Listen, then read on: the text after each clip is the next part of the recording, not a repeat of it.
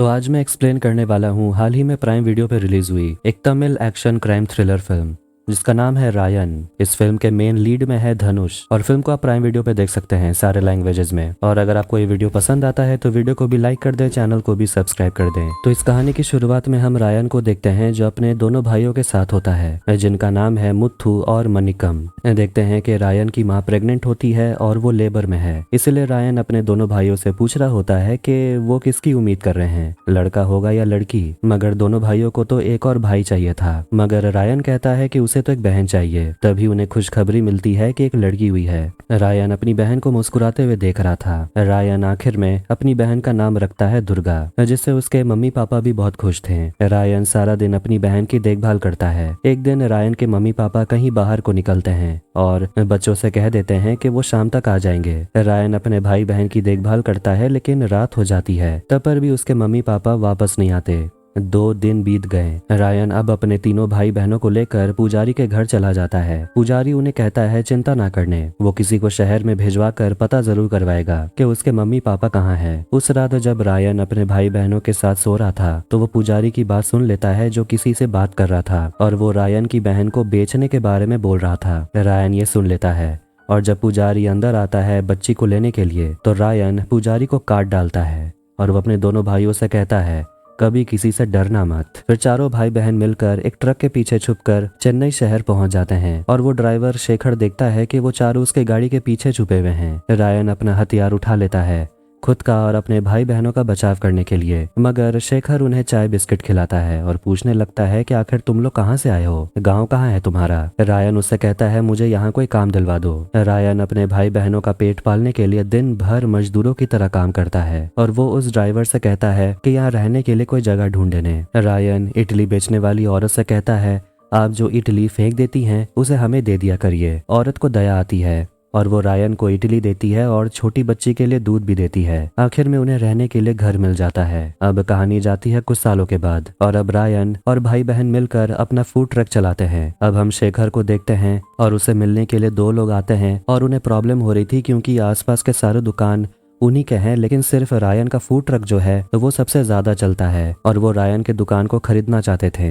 लेकिन शेखर उन्हें कहने लगता है फिर तो तुम्हें उन भाइयों से जाकर बात करनी चाहिए और वैसे भी मुथु आने वाला होगा, वो थोड़ा टेढ़ा आदमी है। फिर हम देखते हैं कि वहां पर मुथु पहुंच जाता है और वो शेखर से पूछने लगता है कि उसका छोटा भाई कहाँ है। शेखर बताता है वो तो अभी कॉलेज में ही होगा। फिर हम उसके छोटे भाई मनिकम को देखते हैं जिसे कॉलेज में एमएलए का बेटा परेशान करने लगता है क्योंकि मनिकम उसके खिलाफ स्टूडेंट इलेक्शन के लिए खड़ा हुआ था। वो दोनों लोग मुथु से बात करते हैं और वो कहता है कि आपका जो फास्ट फूड का दुकान है वो बहुत चलता है, इसलिए हम लोग उसे टेक ओवर करना चाहते हैं और आगे बढ़ाना चाहते हैं। अगर आपकी परमिशन हो तो आपको कितना चाहिए। मुथु कहता है तो फिर 200 करोड़ दो। कि तभी वहां पर मेघलाई नाम की एक लड़की आती है जो मुथु को पीटने लगती है क्योंकि वो उसे प्यार करती थी, लेकिन फिर भी मुथु कामाक्षी नाम के लड़की के साथ मजे कर रहा था। इसके बाद हम रायन को देखते हैं जो अपने फास्ट फूड के दुकान पर काम कर रहा था, जो बहुत ही ज्यादा पॉपुलर है और लोगों की भीड़ हमेशा लगे ही रहती है। देखते हैं कि मेघलाई वहां भी पहुंच जाती है और रायन को बताने लगती है कि आपको तो पता है कि मैं और मुथु एक दूसरे से बहुत प्यार करते हैं, लेकिन वो कामाक्षी नाम की लड़की के साथ घूमते रहता है, आप थोड़ा उसे समझाइएगा। रायन कहता है ठीक है, मैं बात करूंगा। आखिर में वहां पर मदद करने के लिए मुथु पहुंच जाता है और रायन उसे पूछने लगता है कि मेघलाई आई थी यहाँ पर, और वो मुथु से कहता है साइड पर चलने वो से बात करना चाहता है। वो अपने भाई से पूछने लगता है कि हमेशा तेरे चक्कर के खबरें आते रहती हैं, मेघलाई रोते रोते आई थी। मुथु कहता है मेरे और कामाक्षी के बीच कुछ भी नहीं है। घर जाते वक्त मुथु अपने छोटे भाई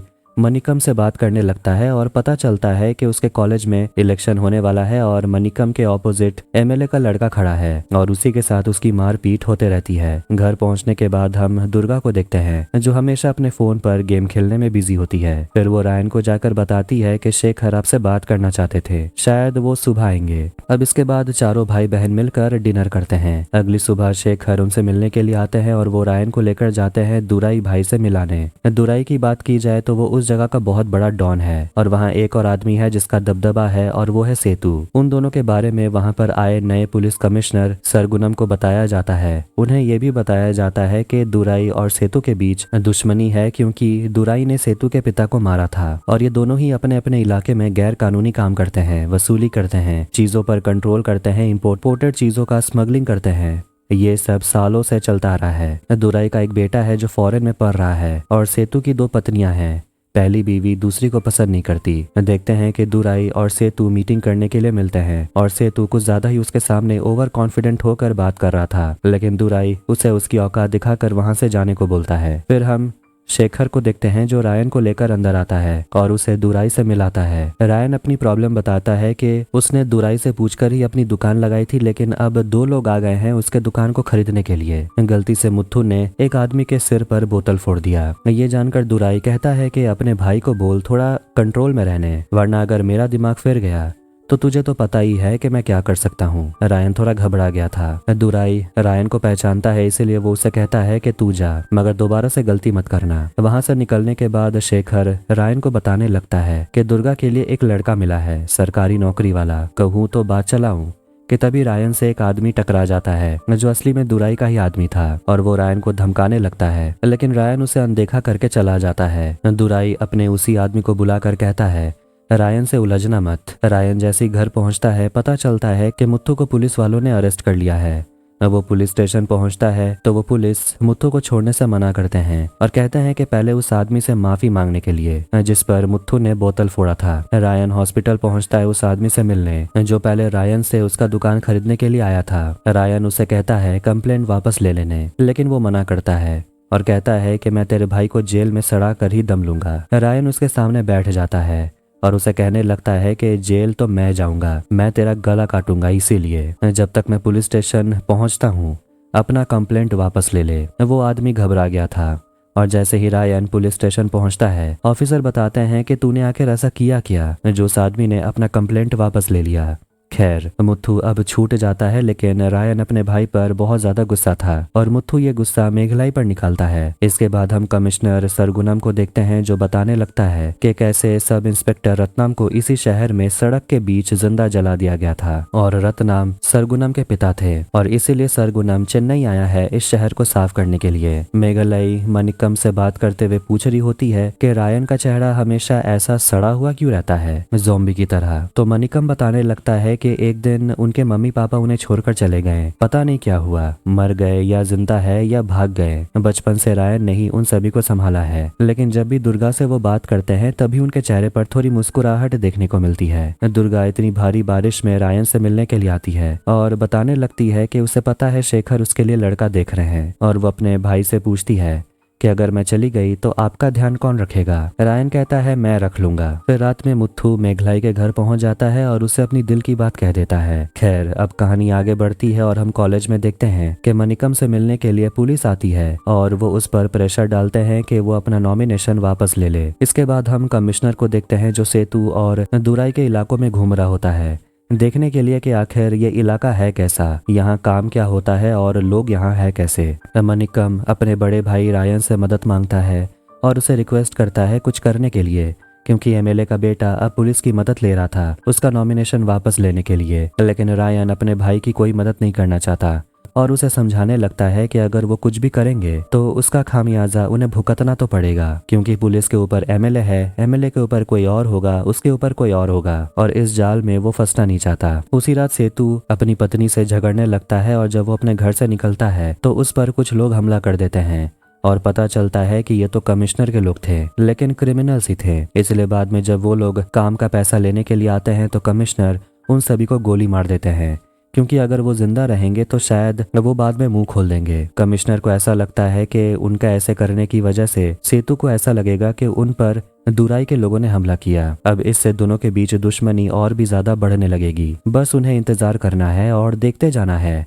कि आगे क्या होता है। सेतु घायल होकर जब अपने घर लौटता है तो उसकी पत्नी और उसके सभी लोग उसे कहने लगते हैं कि दुराई से बदला लेने और उसे खत्म कर देने के लिए, और सेतु ठान लेता है कि वो दुराई को जान से मार डालेगा। अगले दिन दुर्गा को देखने के लिए लड़के वाले आते हैं, मगर वो लोग ठीक से बात नहीं कर पा रहे थे क्योंकि बाहर लाउड स्पीकर बज रहा था, इसीलिए मुत्थू लाउड स्पीकर डिस्कनेक्ट कर देता है। फिर लड़के वाले लेन देन की बात करना चाहते थे, लेकिन रायन के पास अपने दुकान के अलावा कुछ और देने के लिए था नहीं, तो वो अपना ही दुकान दुर्गा के नाम कर देने की बात करता है। लड़के वाले खुश हो जाते हैं और तारीख फिक्स करने को बोलते हैं।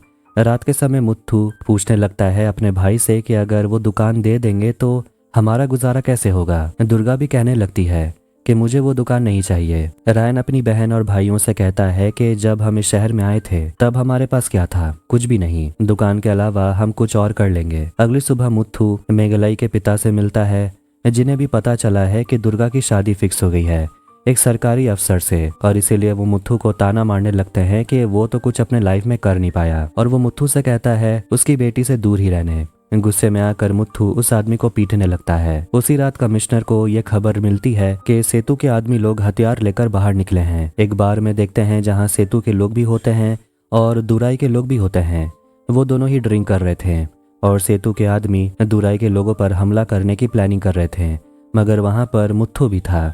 तभी उसे मिलने के लिए मेघलाई आती है और उस पर चिल्लाने लगती है क्योंकि मुथु ने उसके पिता पर हाथ उठाया था। उन दोनों को झगड़ा करते हुए देख दुराई के लोग मुथु का मजाक उड़ाने लगते हैं, जिससे मुथु उनसे लड़ने लगता है और ये मौका देखकर सेतु के लोग भी दुराई के लोग पर टूट पड़ते हैं। उसी समय घर पर मणिकम पहुंचता है तो दुर्गा उसे बताती है कि मुथु अभी तक घर नहीं आया। तो वो कहता है होगा कहीं पर पी के पड़ा हुआ। इसके बाद रायन और मणिकम निकलते हैं मुथु को ढूंढने के लिए। लड़ाई झगड़ा खत्म होने के बाद कमिश्नर उस बार में पहुंच जाते हैं और देखते हैं कि यहाँ तो सभी लोग मर गए थे और अगर कोई जिंदा मिलता भी है तो वो लोग उसे बचाते नहीं, वहीं मार डालते हैं क्योंकि उनका जिंदा रहकर कमिश्नर का कोई फायदा नहीं है। लेकिन कमिश्नर बाहर में मुथु को देख लेते हैं जिसके पेट में चाकू घुसा हुआ था। मुथु बुरी तरह घायल था। आखिर में मणिकम मुथु को घर लेकर आता है और वो और दुर्गा मिलकर उसे मरहम पट्टी करते हैं। रायन मुथु पर बहुत ज्यादा गुस्सा होता है क्योंकि वो फिर से मार पीट करके आया था और इस बार तो जान का भी खतरा हो सकता था। दुर्गा को शेखर का कॉल आता है जो उसे बताते हैं कि दुराई के बेटे को किसी ने मार दिया है, तुम लोग घर से बाहर मत निकलना, बाहर माहौल बहुत खराब है। अब उन्हें ऐसा लगने लगता है कि शायद मुथु ने ही दुराई के बेटे को मारा। अब वो लोग मुथु पर बहुत गुस्सा करने लगते हैं कि तभी जो नहीं होने वाला था वही होता है। उन्हें दुराई का कॉल आता है जो रायन से कहता है कि तू अपने भाई को लेकर यहाँ नहीं आया तो मेरे लोग तेरे घर पहुंच जाएंगे। दुराई के घर में मातम छाया हुआ था और वो लोग तो उस इंसान को सीधा काटने को तैयार थे जिसने दुराई के बेटे को मारा। तभी उनके घर के बाहर से आवाज आ रही होती है जैसे कि कोई लोगों को मार रहा था। तभी वहां पर रायन अपने दोनों भाइयों के साथ पहुंच जाता है और दुराई के सभी गुंडों को मार डालता है। दुराई जानता था कि रायन अब उसे नहीं छोड़ेगा, इसलिए वो उसे कहने लगता है कि मैंने तेरे ऊपर कितना एहसान किया है, मुझे तो छोड़ दे। रायन कहता है आप होते तो क्या मुझे छोड़ देते। जब वो तीनों भाई घर वापस आते हैं तो रायन मुथु पर गुस्सा करता है और कहता है कि अगर तू मेरा भाई नहीं होता तो तुझे भी उनके साथ ही काट दिया होता। जब वो लोग बाहर निकलते हैं तो एक आदमी उन्हें आकर बताता है कि किसी ने दुराई को मार डाला है, लेकिन ये करने वाला कोई और नहीं बल्कि यही तीनों भाई हैं। सेतु अपने घर में सोच रहा होता है कि आखिर दुराई को किसने मारा होगा। उसके खुद के लोग तो लापता हैं और इधर दुराई का पूरा गैंग साफ हो गया। ये कर कौन रहा है ये पता लगाना जरूरी है। घर पर तीनों भाई शादी के लिए पैसे कैलकुलेट कर रहे थे लेकिन उन्हें अभी भी पैसे कम पड़ रहे थे। मुथु कहता है कि उन्हें दुराई वाला काम टेक ओवर कर लेना चाहिए, मगर रायन फिर से उस पर गुस्सा करता है। कहता है कि उसे इस तरह की जिंदगी नहीं जीनी। सबको लगता है कि दुराई को सेतु ने मारा है, लेकिन कुछ दिन के बाद सच बाहर आ ही जाएगा। अब ऐसे ही कहानी आगे बढ़ती है और कुछ दिन के बाद सेतु को सच पता चल ही जाता है। रायन को कॉल आता है और उसे कहा जाता है सेतु भाई से आकर मिलने। सेतु चौंक कर उसे पूछता है क्या तूने ही दुराई को मारा। रायन बहाना करता है कि उसे कुछ नहीं पता, वो तो बस फास्ट फूड का दुकान चलाता है, वो कहाँ मारपीट करेगा। मगर सेतु से कहता है तू मेरे गैंग में आ जा, मगर रायन मना करता है तो सेतु गुस्सा हो जाता है और उसे उसकी औकात दिखाता है और उसकी बेइज्जती करता है। ये सुनकर रायन अपने असली रूप में आ जाता है और कहता है कि अगर मान भी लीजिए कि मैंने ही दुराई को मारा है तो मुझे मारना इतना आसान तो नहीं होगा। ये कहकर रायन वहां से चला जाता है। सेतु समझ जाता है कि ये बंदा बहुत बड़ा खतरा है, या तो वो रायन को अपने साइड करना चाहता है या तो उसे जिंदा ही नहीं चाहिए। रायन शहर छोड़ने के बारे में सोच रहा था मगर शेखर उसे याद दिलाते हैं कि उसकी बहन की शादी भी तो है। रात के समय दुर्गा कह रही होती है कि ऐसे समय में शादी का ख्याल छोड़ देने, मगर रायन मना करता है और कहता है कि तुझे सेटल हो जाना चाहिए, कब तक हमारे साथ ऐसे ही जीते रहेगी। दुर्गा उसे पूछती है कि आप सर पर बाल क्यों नहीं रखते। वो कहता है ये मेरा स्टाइल है। फिर अगली रात देखते हैं कि रायन को मारने के लिए सेतु के लोग प्लान बना रहे होते हैं, लेकिन रायन उन सभी को मार डालता है। शेखर परेशान हो जाता है ये जानकर कि रायन ने सेतु के लोगों को मार डाला। इसीलिए रायन अब सोच लेता है कि वो अब सेतु को भी मार डालेगा। खुद को बचाने का अब एक ही तरीका बचा है, सेतु और उसके लोगों पर वो नजर रखने लगता है और पुलिस को पता चलता है कि जिस तरीके से गैंग के लोगों को मारा गया था वो तरीका काफी अलग है। गैंगस्टर लोग ऐसे नहीं मारते। तभी उसे याद आता है मुत्थू के बारे में, जिसे उसने बार के बाहर देखा था घायल पड़ा हुआ। लेकिन उसके लोग उसे बताते हैं कि वो कोई क्रिमिनल तो नहीं, बस छोटे मोटे जुर्म में अंदर जाते रहता है। मेघालय मुत्थू को बताती है कि वो प्रेग्नेंट हो गई है और उसे कहती है कि वो उसे शादी करना चाहती है, लेकिन मुत्थू मना करता है और कहता है पहले दुर्गा की शादी हो जाए उसके बाद। कमिश्नर मुत्थू पर नजर रखने लगता है, लेकिन जब वो रायन को देखता है तो वो एकदम से अपने आदमियों से कहने लगता है कि इस आदमी पर नजर रखो, मेरा इंस्टिंक्ट है, शायद इसने ही उन सारे गैंगस्टर को मारा होगा। आखिर में दुर्गा की शादी की तैयारी हो जाती है और कल शादी होनी है। रायन को ऐसा लग रहा था जैसे कुछ बुरा होने वाला है और वो सेतु को मारने के लिए जाने वाला था और वो शेखर से कह देता है कि अगर मुझे कुछ हो गया तो मुत्थू से कन्यादान करवा देना। फिर जैसे ही वो अपने घर पहुंचता है तो देखता है कि वहां पर सेतु के लोग आए हुए थे जो दुर्गा को किडनैप करके ले जाने वाले थे। रायन उनसे लड़ने की बहुत कोशिश करता है, मगर वो लोग आखिर में दुर्गा को वहां से ले जाते हैं। वहां पर मुत्थू और मनिकम भी पहुंच जाते हैं, लेकिन वो रायन की मदद नहीं करते और मुत्थू रायन के पेट में ही चाकू घुसा देता है। रायन उसी हालत में गुंडों से लड़ने की कोशिश करता है, मगर आखिर में मनिकम भी उसके पेट में चाकू घुसाकर भाग जाता है। सेतु को उसके लोग जाकर बताते हैं कि हम लोगों ने उसे घेर लिया था, मगर तभी वहां पर मुत्थू और मनिकम आ गए थे और उन दोनों ने ही रायन को मार दिया होगा और लड़की को हम लोगों ने थोड़ी देर के बाद छोड़ दिया। दूसरी तरफ वो दोनों भाई सेतु से मिलने के लिए पहुंच जाते हैं और दुर्गा और शेखर रायन को लेकर क्लिनिक आते हैं, मगर डॉक्टर उसका इलाज करने से मना कर देती है क्योंकि रायन का बहुत खून बह गया था।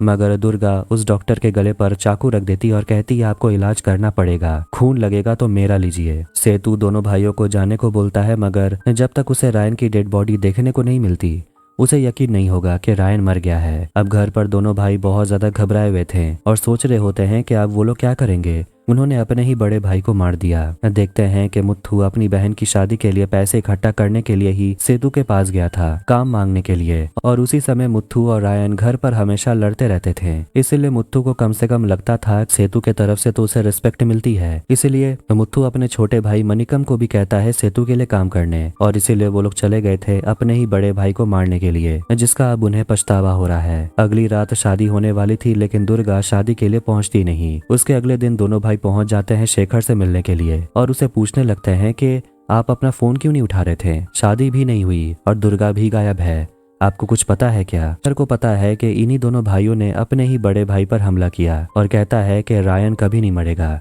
लेकिन तुम दोनों जरूर मरोगे। तुम दोनों को तो शहर छोड़ देना चाहिए। अपने बड़े भाई के डर से वो लोग सेतु के पास वापस जाते हैं और सेतु उन्हें कहता है कि अब तुम्हें वो करना पड़ेगा जो जरूरी है। दुर्गा रायन के साथ ही बैठी हुई थी और उसका ख्याल रख रही थी कि तभी सेतु के लोग क्लिनिक पहुंच जाते हैं रायन को मारने के लिए, मगर दुर्गा अपनी जान पर खेलकर अपने बड़े भाई रायन को बचाती है और सारे गुंडों को शेखर के साथ मिलकर मार डालती है। आखिर में रायन को होश आता है और वो शेखर से कहता है मेरा एक काम करना, जिसके बाद सेतु और मुत्थू मनिकम वो सभी देखते हैं कि उन्हीं के गैंग के लोगों को मारकर सड़क पर टांग दिया गया था। जिसके बाद दुर्गा और शेखर रायन को दूसरे जगह शिफ्ट कर देते हैं।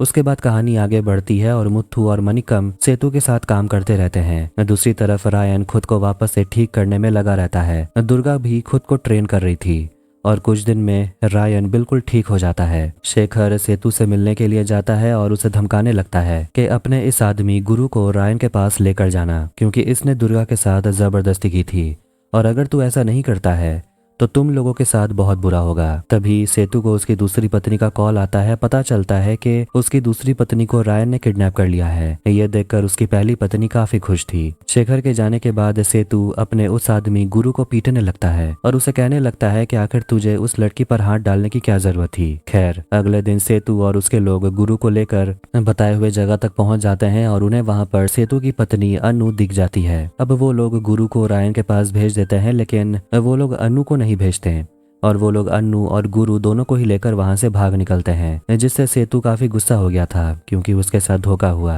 लेकिन कुछ देर के बाद अन्नू का कॉल आता है जो कहती है कि उन लोगों ने मुझे छोड़ दिया। दूसरी तरफ से दुर्गा गुरु को मारकर अपना बदला पूरा कर लेती है क्योंकि उसने उसके साथ जबरदस्ती की थी। फिर वो अपने भाई के साथ बैठकर चाय पीती है। मनिकम शेखर को कॉल करता है, पर वो कहता है कि वो अपने बड़े भाई से मिलना चाहता है और ये सब कुछ छुपकर सेतु सुन लेता है। इधर शेखर मनिकम से मिलने के लिए आता है। दूसरी तरफ मनिकम हिसाब किताब करने में बिजी रहता है और सेतु उसे जानबूझकर जाने नहीं देता। सेतु के लोग शेखर को पकड़ लेते हैं और उसे बहुत पीटते हैं और पूछते रहते हैं रायन कहाँ है, मगर शेखर बताने से मना करता है। कहता है कि वो मेरा बेटा है, अगर मुझे कुछ भी हो जाए फिर भी मैं उसका पता नहीं बताऊंगा। गुस्से में आकर वो लोग शेखर को मार डालते हैं और वो लोग शेखर के बॉडी को सड़क के बीच टांग देते हैं, बिल्कुल वैसे ही जैसे रायन ने किया था। रायन और दुर्गा ये देखकर बहुत ही ज्यादा दुखी हो जाते हैं और आखिर में रायन को पुलिस पकड़ के ले जाती है। रायन कमिश्नर से मिलता है और ये जानने के बाद कि सेतु ने शेखर को मार डाला, मुत्थु और मणिकम सेतु को मारने के लिए पहुंच जाते हैं क्योंकि शेखर उनके पिता जैसा था। लेकिन सेतु उन दोनों से कहता है कॉम्प्रोमाइज कर लेने के लिए, क्योंकि रायन तो पुलिस से मिल गया है और अब तुम दोनों भी जिंदा नहीं बचोगे। इसलिए सेतु दोनों को लेकर चला जाता है कमिश्नर से मिलने। वहां पर रायन भी आता है और कमिश्नर उन लोगों से कहता है कि मैं चाहता हूँ कि ये खून खराबा बंद हो जाए, तुम लोग अब ये सब खत्म करो, कॉम्प्रोमाइज करो और आगे बढ़ो। अगर ऐसे ही चलते रहा तो मुझे बीच में आना पड़ेगा। इसके बाद दोनों भाई रायन से माफी की भीख मांगने लगते हैं और रायन जो बड़ा भाई है वो कैसे उन दोनों को माफ नहीं करता। रायन अपने दोनों छोटे भाइयों को बेटे की तरह पाला है। ये सब देखकर सेतु कहता है कि अब तो सेलिब्रेशन का समय है। जब वो लोग सेलिब्रेट कर रहे होते हैं उसी भीड़ में दुर्गा मणिकम के पेट में चाकू घोंप देती है क्योंकि उसने रायन को मारने की कोशिश की और शेखर की जान भी उन्हीं के वजह से गई। इसके बाद सेतु के लोग दुर्गा और रायन को मारने के पीछे पड़ जाते हैं, लेकिन रायन चुन चुन कर सभी को मारने लगता है। इधर सेतु मुत्थु से कहता है जाकर रायन को खत्म कर देने, लेकिन वो तो अपने मरे हुए भाई के सामने बैठा हुआ था। आखिर में वहां पर रायन पहुंच जाता है और वो अपने भाई मुत्थु और सेतु दोनों से लड़ता है और वो अपने भाई को बुरी तरह घायल कर देता है और सेतु को भी जलाकर मार डालता है। आखिर में रायन को अपने भाई मुत्थु को भी मारना पड़ता है क्योंकि वो गलत रास्ते पर चला गया था और उन्हीं के वजह से शेखर की भी जान चली गई थी। अब हम देखते हैं कि जब रायन कमिश्नर से मिलने के लिए गया था तो कमिश्नर उसके साथ एक डील करते हैं और उसे कहने लगते हैं कि अगर तू जेल चला गया तो तेरी बहन का ख्याल कौन रखेगा। तूने ऐसे ही बहुत लोगों को मारा है, तुझे बस और एक को मारना होगा। पुलिस तेरे पीछे नहीं आएगी, एक दिन सेतु तुझे ही मार डालेगा, इससे पहले तू सेतु को मार डाल।